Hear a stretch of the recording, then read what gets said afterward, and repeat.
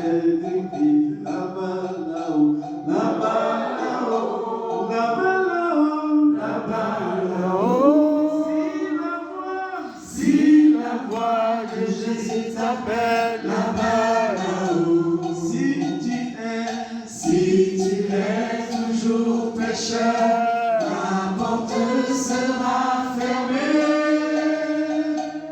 et tu réaliseras qu'il est trop tard.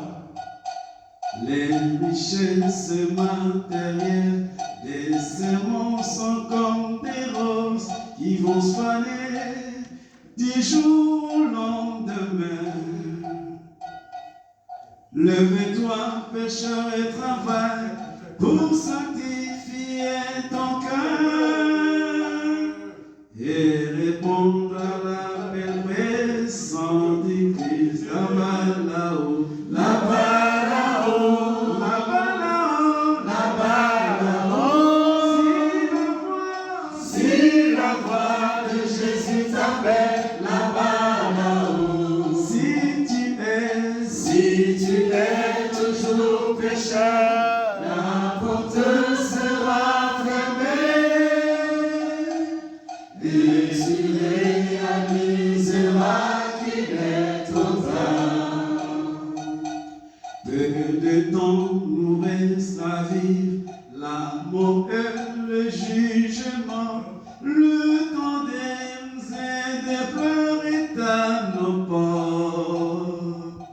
Pour être parmi les élus, Jésus appelle les pécheurs à la vie éternelle les attend là-bas, là-haut, là-bas, là-haut, là-bas, là-haut, là-bas, là-haut. Si la voix de Jésus t'appelle là-bas, là-haut, si tu es toujours pécheur, la porte sera fermée et tu réaliseras qu'il est trop tard. Là-bas, là-haut, là-bas, là-haut, là-bas, là-haut, là-bas, là-haut. Si la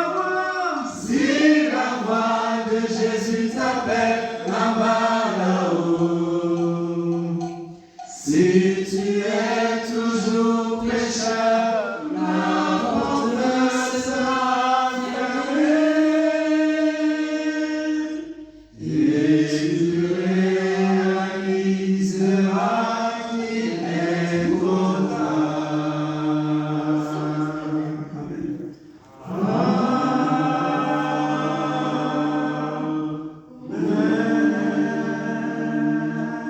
Alléluia, chers frères et sœurs en Christ, c'est le vénérable suprême évangéliste Jonas Yves Aoyo. Je vous propose ici la prédication que j'ai eu l'honneur de faire sur la paroisse Lully-la-Grâce en France, le samedi 17 septembre, à l'occasion de la messe de requiem du 41e jour d'un de nos frères qui est décédé. Je vous prie d'écouter cette parole. Il est tiré du livre de 1er Thessaloniciens, chapitre 4, du verset 13 à 18. Je vous remercie. Que le Seigneur soit avec nous tous. Amen. Alléluia. Que la paix et l'amour du Seigneur soient avec chacun de nous. Amen. Je salue tous ceux qui se sont déplacés pour venir à cette séance. La Bible dit qu'il est toujours mieux d'aller aux cérémonies de deuil que d'aller dans les lieux de réjouissance. Alors pourquoi on dit qu'il est mieux pour nous d'aller dans les lieux où il y a des recueillements, où des gens qui sont qui nous ont devancés d'un pas que d'aller dans les lieux de réjouissance. Ça vous permet de méditer sur votre sort, le sort de chacun. Parce que vous avez entendu tout à l'heure que la vie, elle est très très courte. C'est les robustes qui font 80 ans. Sinon, c'est 70. Notre frère qui est parti, il est entre le 60 et 70. Ça veut dire qu'il n'a pas été un peu plus costaud pour aller jusqu'aux 70. Et nous qui sommes ici, nous qui avions dépassé les 50, vous allez compter combien il nous reste. Donc, ça veut dire qu'il ne nous reste plus beaucoup. Pour nous qui avions dépassé déjà les 50. Mais nos enfants, les jeunes qui ne sont pas encore arrivés à ce niveau-là, nous allons prier pour eux, pour que maintenant, ils commencent par comprendre ce qu'est la vie. Parce que c'est à la mort, quand il y a la mort de quelqu'un, qu'on commence par penser à la vie. Il n'y a personne qui va rester dans ce monde-là qui ne mourra pas. Il n'y en a pas. Prenez Psaume 89, verset 49. Qu'est-ce que la Bible dit? Celui qui a trouvé le... Est-ce qu'il y a un homme qui puisse vivre et ne pas voir la mort, et ne pas avoir la mort, qui puisse sauver son âme du séjour des morts, qui puisse sauver son âme du séjour des morts? Merci ma sœur. C'est la question que le psalmiste se pose. Est-ce qu'il y a une seule personne qui puisse penser qu'il ne va jamais mourir? Mais nous avons cette joie. Et moi, personnellement, je ne comprends pas pourquoi quand nous arrivons à cette séance-là, où nous avons un requiem que nous devons accompagner quelqu'un qui est déjà parti, il y a de la tristesse. Pourquoi avez-vous de la tristesse pour quelqu'un qui est en train d'aller rencontrer son Christ? Il veut aller rencontrer son Christ. Et il est sur le chemin. Il court dans la joie pour aller rencontrer son Christ. Et vous, vous êtes triste. C'est le paradoxe. Parce que nous venons à l'église, mais nous ne comprenons pas l'église. Nous venons à l'église, mais nous ne savons pas exactement ce que nous faisons à l'église. Posez-vous la question. Qu'est-ce que vous cherchez quand vous venez à l'église? Quel est votre objectif? Oui, chacun de vous qui êtes ici, quel est votre objectif quand vous venez à l'église? Il y a ceux qui ne viennent pas à l'église, qui ne savent pas, qui ne veulent même pas entendre parler de Jésus-Christ. Il y en a ceux-là. Mais vous, croyez-vous en Jésus-Christ? Vous l'aimez, Jésus-Christ? Vous voulez le voir? Et c'est le grand paradoxe. Beaucoup de gens, oui, nous voulons aller au ciel, nous voulons voir Jésus-Christ. Et le jour où on parle de la mort, tout le monde court. Et vous allez voir Jésus-Christ dans quel corps? Dans le corps que vous avez là, vous allez voir Jésus-Christ? Si vous êtes des prophètes, vous pouvez voir l'esprit de Jésus-Christ. Mais si vous voulez aller accueillir Jésus-Christ, vous devez passer par... Parce que vous êtes poussière. Et vous allez retourner à la poussière. Et la question fondamentale que nous devons nous poser, dans quelles conditions nous allons rencontrer Jésus-Christ? C'est la question que nous allons nous poser. Croyez-vous en Christ? Croyez-vous en Christ? Voulez-vous avoir le salut? Nous saluons le chef de diocèse qui vient de faire son entrée. J'ai usurpé ta place, mais que le Seigneur soit avec nous. Amen.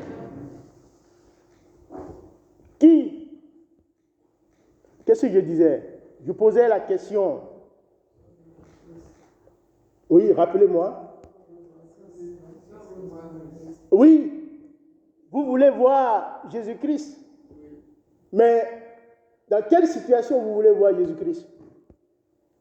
Dans votre chair dans laquelle vous êtes actuellement? Donc, mes bien-aimés, dans le Seigneur Jésus-Christ, c'est le moment où nous sommes encore en vie. Aujourd'hui, nous avons la possibilité d'aller vers Christ et d'aller le voir. Parce que la Bible dit que tout le monde, nous avons tous péché. Et le salaire du péché, c'est la mort. Mais le don gratuit que nous avons, c'est le Christ qui est venu pour se livrer pour nous. Il s'est fait crucifier, il s'est fait battre, on a insulté, on a craché sur lui. Et il a pris nos péchés. Et maintenant, il a dit, je m'en vais au Père, je vous enverrai le consolateur. Et quiconque croit en moi ne périra point, mais il aura la vie éternelle. Alors croyez-vous, vous voulez avoir la vie éternelle? Vous voulez avoir la vie éternelle? Donc vous croyez en Christ? Et c'est le plus important. Celui qui ne croit pas en Christ, il ne verra pas Dieu. Marc 16, verset 16. Allez, faites des nations, des disciples, baptisez-les au nom du Père, du Fils et du Saint-Esprit, et dites-leur, celui qui croira et qui sera baptisé sera sauvé. Mais celui qui ne croira pas sera condamné. Merci, mon devancier. Celui qui ne croira pas sera condamné. Alors vous croyez en Christ. Si vous croyez en Christ, le salut est déjà à vous. Qu'est-ce que Siméon a dit? Mes yeux ont vu ton salut, le salut pour Israël, parce que je rêvais de voir ce salut-là. Et il est arrivé. Et Dieu m'a gardé en vie jusqu'à ce que je le rencontre. Et il prit le bébé. C'est ça que nous lisons les sorties d'enfants en Luc 2. Vous lisez le verset 28, qui a la lecture. Le salut est arrivé à vous, oui. Jésus le reçut dans ses bras. Siméon reçut l'enfant Jésus dans ses bras et dit, Maintenant Seigneur, tu laisses ton serviteur aller en paix, selon ta parole. Par mes yeux ont vu ton salut. Salut que tu as préparé devant tout le peuple. La lumière pour éclairer les nations. Et gloire d'Israël ton peuple. Merci. Il a vu le salut. Et le salut, c'est qui? C'est personnifié. Le salut, c'est Jésus-Christ. Alors vous, est-ce que vous avez reçu Jésus-Christ? Est-ce que vous croyez en lui?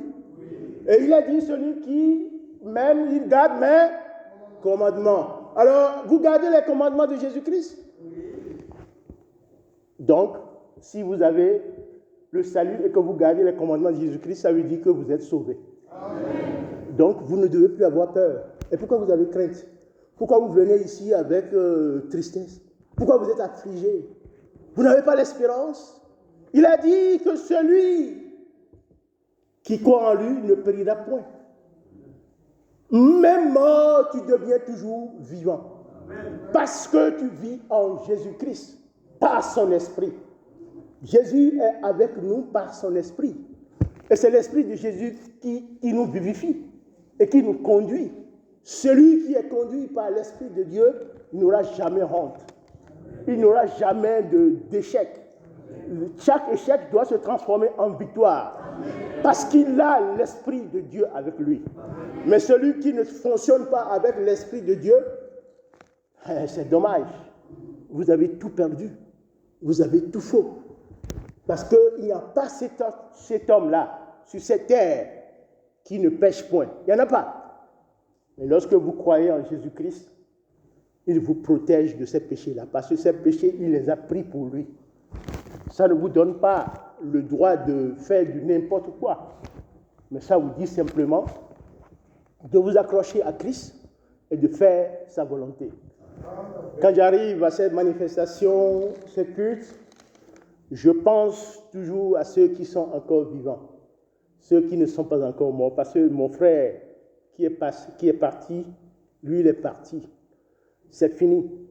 Je vais vous décevoir tout de suite parce que vous êtes en train de faire un culte et vous espérez que ce culte va apporter quelque chose pour celui qui est mort. Non, ce culte-là, c'est pour vous. C'est pour que vous soyez conscient que ce jour arrivera pour vous. Donc, préparez-le maintenant que vous êtes encore en vie. Regardez ce que vous faites. Regardez vos activités. Alors, je vais vous donner, je vais vous raconter deux histoires. La première histoire, c'est au début de cette année. Au début de cette année 2022, j'ai ma belle-sœur, et c'est ma belle-sœur qu'on appelle, c'est-à-dire la tante de ma femme. La tante de ma femme, elle n'est pas chrétienne céleste, mais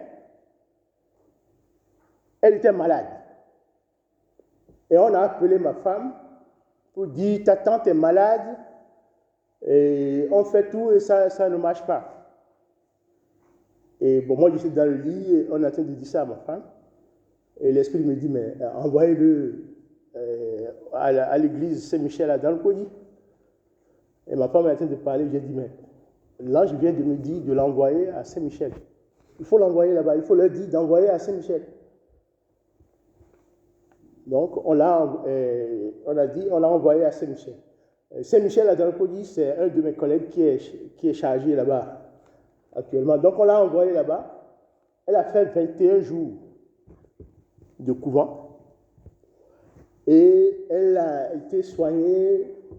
Tout, elle était contente. Mais ils ont oublié une chose. La révélation dit que si elle sort de la paroisse, qu'elle ne rentre pas dans la maison qu'elle a quittée pour venir là. Or, tout le monde était content. Elle a dit qu'elle va se baptiser. Et elle a même dit, je vais me baptiser avant de rentrer à la maison. Mais nous tous, on a oublié la révélation du départ. La révélation du départ qui a dit de venir au couvent a dit, si vous finissez tout, qu'elle ne retourne pas dans la maison. Qu'elle aille ailleurs. On a fait tout. Et elle est restée à la paroisse. Elle voulait même rentrer.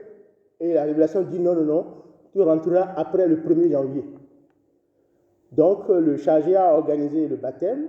Et elle a été baptisée. Elle était contente. Ils ont fait des vidéos, ils m'ont envoyé. Tout le monde était content. Et votre église, elle est super, tout ça là. Mais, ils ont fait tout, elle est baptisée, elle a même mis la soutane, elle a fait les photos, on nous a envoyé. Mais quand elle a fini de faire ça, ils sont repartis dans la même maison. Et 2 jours après, on m'a appelé pour dire qu'elle est décédée. Et tout le monde a commencé à crier, mais c'est pas possible. La personne qui est malade, on a fait tout, et elle est baptisée, tout le monde est content. Elle vient à la maison 2 jours. Et c'est le jour où elle est décédée que moi, je me suis rappelé qu'on lui a dit de ne pas retourner dans cette maison-là. Personne ne s'est rappelé. J'ai dit, mais reprenez la feuille de vision. Ils ont repris la feuille de vision. Ils ont vu effectivement que l'ange a dit de ne pas retourner là-bas.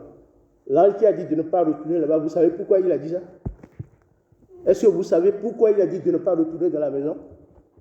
C'est pourquoi je vous dis, il faut suivre l'Esprit de Dieu.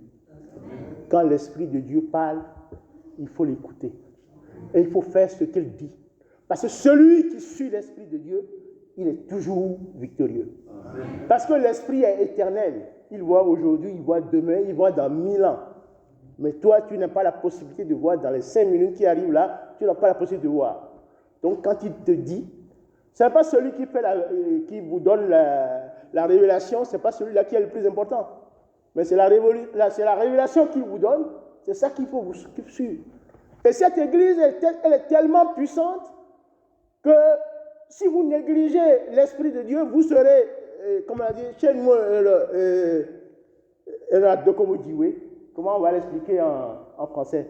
Tu es devant le feu, mais pourtant tu pourris. Pourquoi? Parce que tu as les armes spirituelles dans ton église, mais tu ne peux pas les utiliser. Alléluia. Alléluia. Alléluia.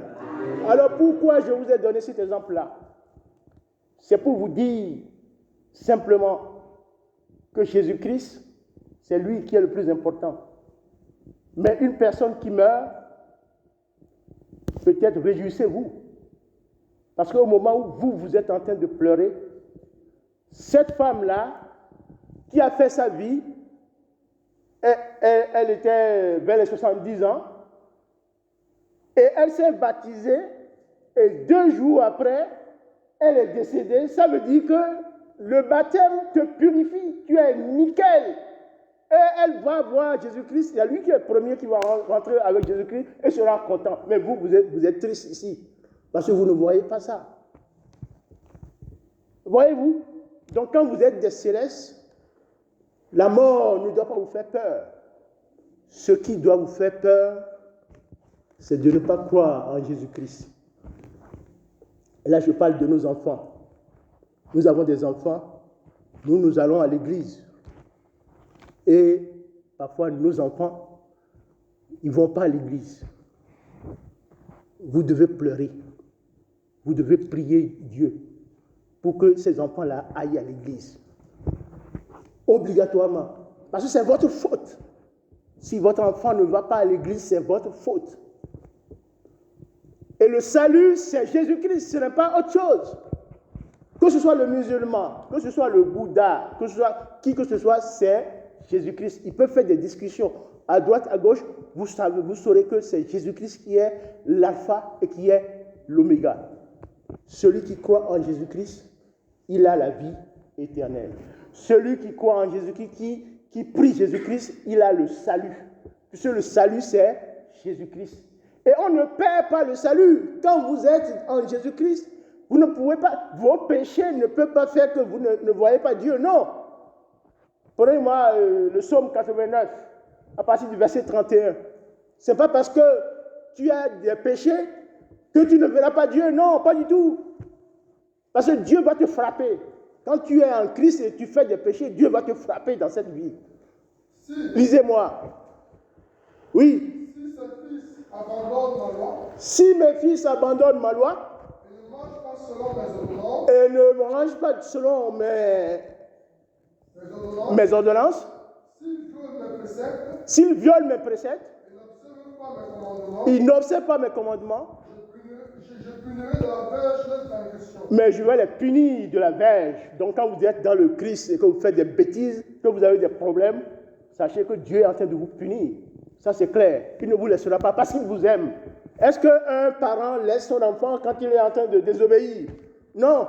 C'est ici qu'il y a la loi, on ne frappe pas les enfants, tout ça là. Mais sinon, chez nous, on tape bien pour le mettre sur les rails, pour qu'il soit... Mais oui, si tu frappes ton enfant de la verge, tu ne le tues pas, mais tu l'enlèves du chemin de la perdition. Parce que quand on laisse les enfants, après, ils montent sur toi et ils commencent à faire n'importe quoi. Donc, parce qu'ils ne sont pas conscients. Donc, nous devons les corriger, oui. Et pas le coup de les imputer. Oui.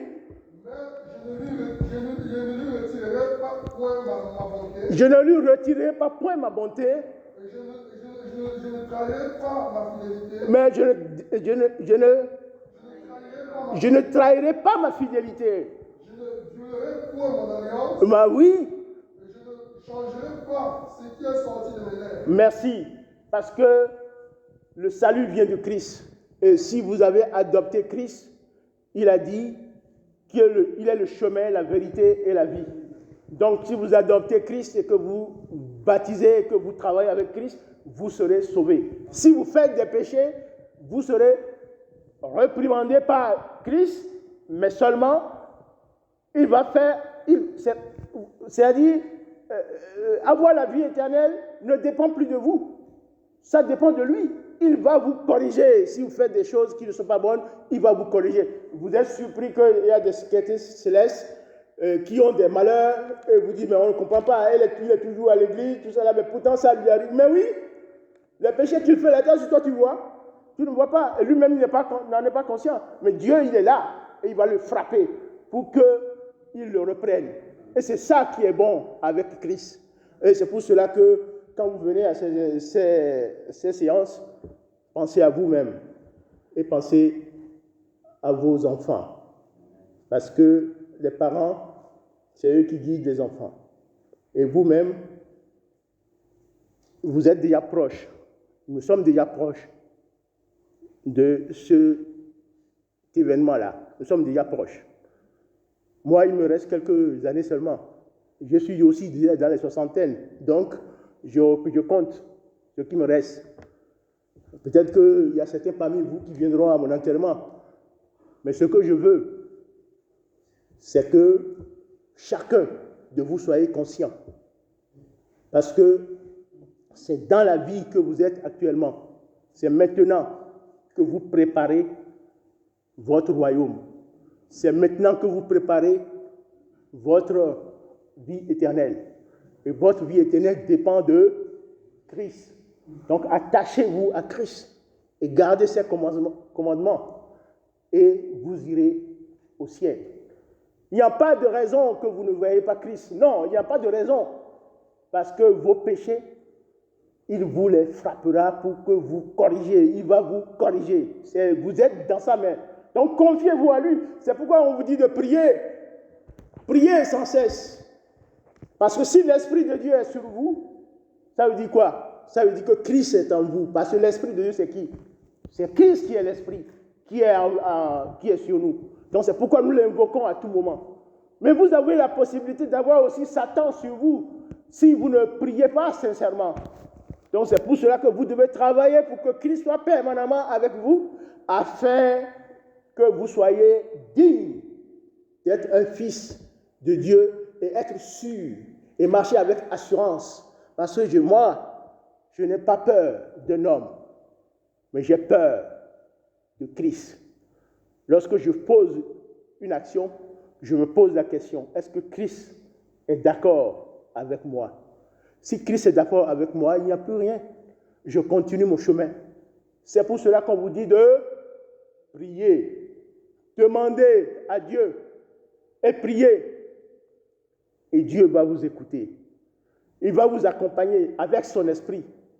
Parce que celui qui est avec l'Esprit de Dieu, il est sûr qu'il est vainqueur. Amen. Et pour finir, je vais vous conter une seconde histoire. Et ça, c'est toujours sur la mort. Et c'est toujours dans le monde dans lequel nous sommes aujourd'hui. C'est une histoire que j'ai rencontrée sur les réseaux. Mais j'ai trouvé que c'est très, très intéressant. Et je vais vous la raconter. Ce n'est pas si long. Il y a trois amis qui sont allés faire du boulot dans un champ. Et ils sont dans le champ en train de travailler. Ils sont en train de travailler. Et ils entendent quelqu'un au loin qui crie. La mort! La mort! La mort! Et ils sont allés pour voir, c'est qui, mais c'est un fou. Il a vu un gros colis, et ce colis-là, c'est pour ça qu'il crie la mort, la mort. Et ils sont allés voir, dans le colis, il y a plein d'argent, il n'y a que d'argent, il y a beaucoup d'argent dedans. Et c'est ce colis-là que il la mort, la mort, la mort, la mort. Donc ils ont pris le colis, et ils ont amené dans sur le champ. Et qu'est-ce qu'ils ont fait? Il y a un parmi eux. Ils veulent faire une pause. ils ont pris un peu d'argent dedans, ils ont donné à l'un d'aller acheter à manger. Il est parti acheter à manger et il a pensé, mais avec beaucoup d'argent là, et si j'empoisonnais la nourriture et que je leur amenais et qu'ils mangeaient, ils vont tous mourir et je vais prendre le magot. Il a pensé à cela. Mais seulement, vous savez, le Satan, il est très fort. Les autres aussi, les deux autres qui étaient aussi sur place, eux aussi, ils ont pensé la même chose. Ils ont pensé la même chose. S'il arrive, on va le tuer pour pouvoir prendre le magot et partager. Alors, l'autre, il a fait son coup, il a acheté les trucs, il a bien empoisonné le truc et il l'a amené. Et quand il l'a amené, les autres sont tombés sur lui, ils l'ont tué. Et quand ils ont fini de tuer maintenant, ils ont pris le repas, ils disent on va manger le repas maintenant. Ils ont mangé le repas et eux aussi, ils sont morts. Vous avez compris? Quand le fou disait la mort, la mort, la mort, et c'est pourquoi Dieu a dit l'esprit de l'homme est mauvais. C'est pourquoi nous allons lui l'empêcher d'avoir la vie éternelle. C'est l'esprit de l'homme qui est comme ça. L'esprit de l'homme est mauvais. C'est pour cela que nous vous demandons d'avoir de l'amour entre vous, de cultiver l'amour entre vous. Si ces trois-là, ils avaient cultivé l'amour entre eux, ils auraient partagé cet argent tranquillement et chacun va réjouir sa famille. Mais seulement chacun veut gagner pour lui seul. Et je ne vous dis pas, c'est un exemple que je vais donner ici, mais je ne vous demande pas de le raconter partout. Ça concerne notre église, l'église du christianisme céleste. Notre église christianisme céleste, nous avons plusieurs tendances.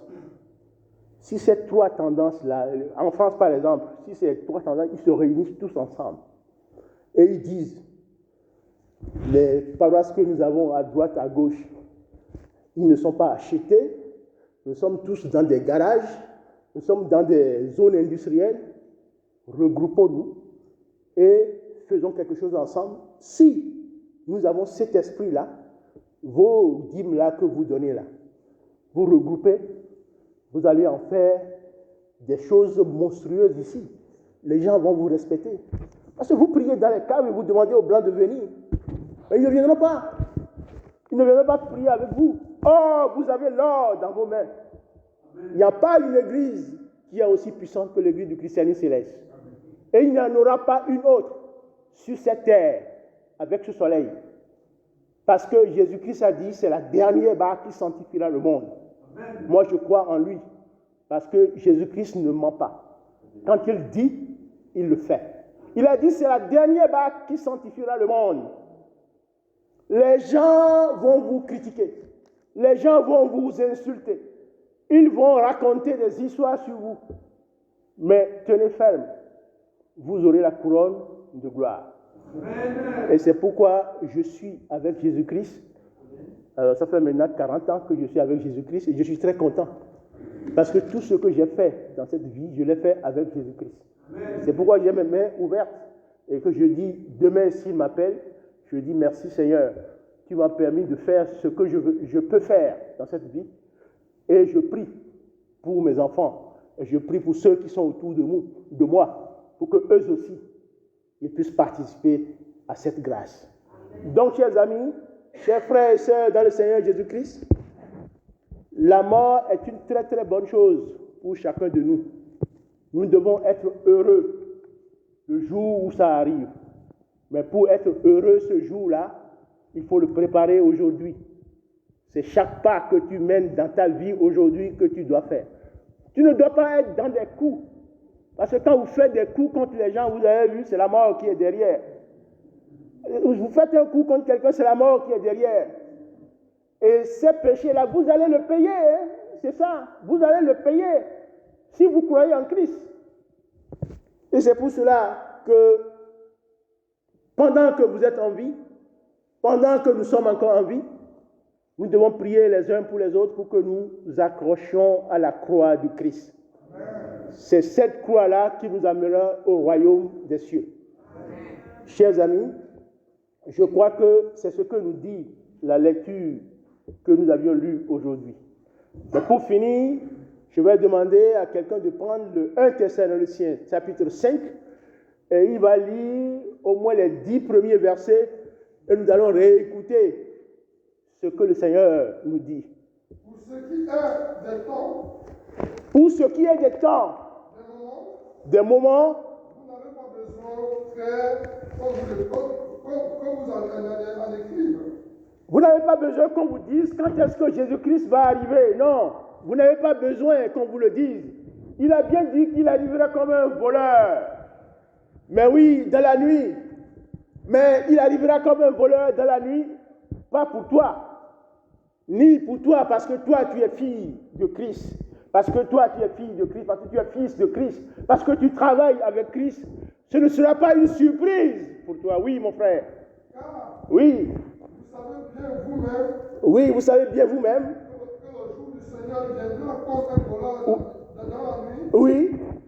Quand les hommes diront paix et sûreté, alors une nuit soudaine, il les surprendra. Mais vous qui êtes en Christ, cette nuit-là ne vous surprendra pas.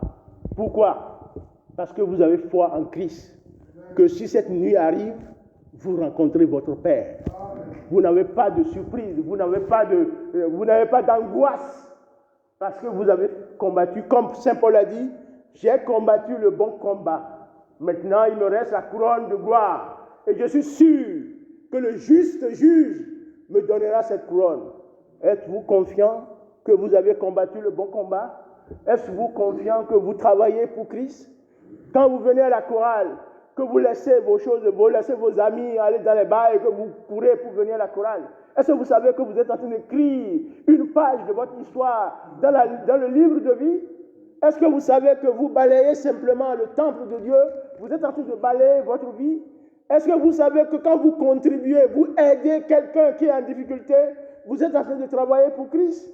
Est-ce que vous savez que quelqu'un qui vient vous voir, qui vous dit, mais ma soeur, je n'ai rien à manger ce soir, et que vous lui donnez quelque chose que vous avez, est-ce que vous savez que vous êtes en train d'écrire une page de votre vie?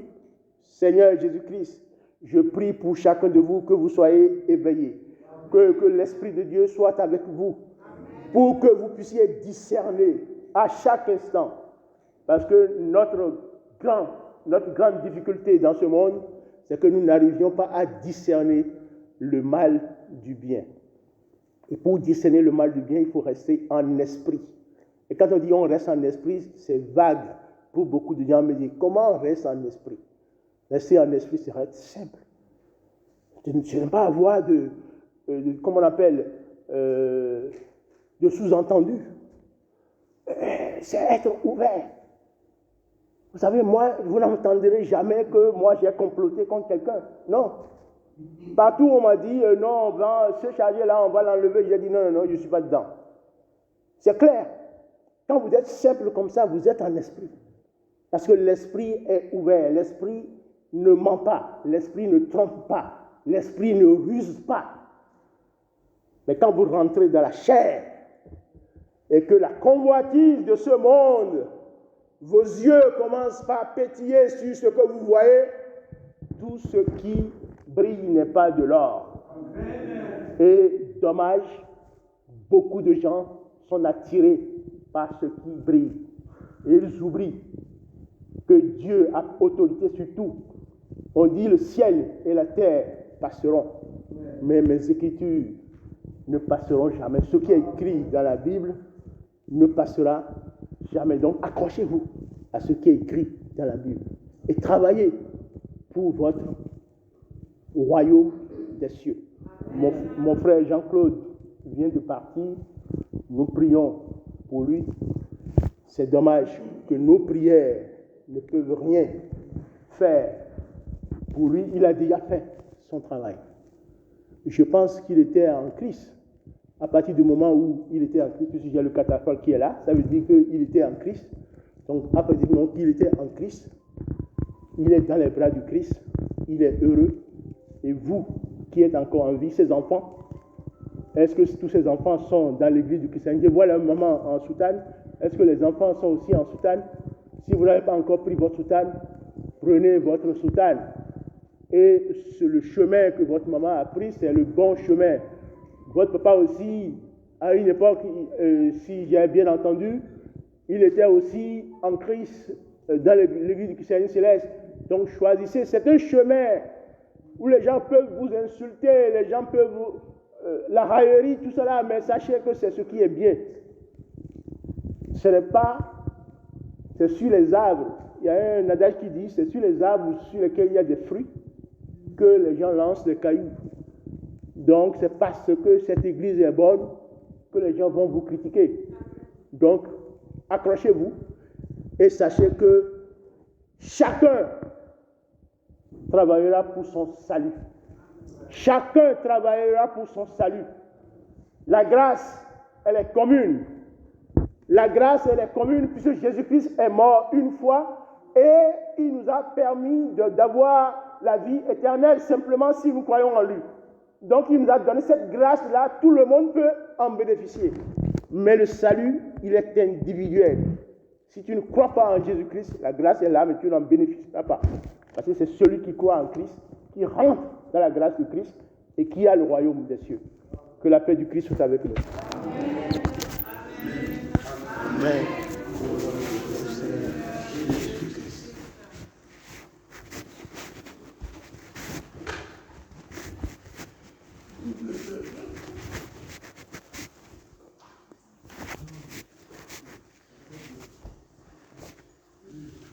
Et le nom Christ, méditons. Viens me délivrer de l'angoisse et de la nuit des jours. Je vis après toi, mon sauveur. Viens me délivrer de l'angoisse et de la nuit des jours. Je vis après toi, mon sauveur. Viens me délivrer de l'angoisse et de la nuit. Réconforte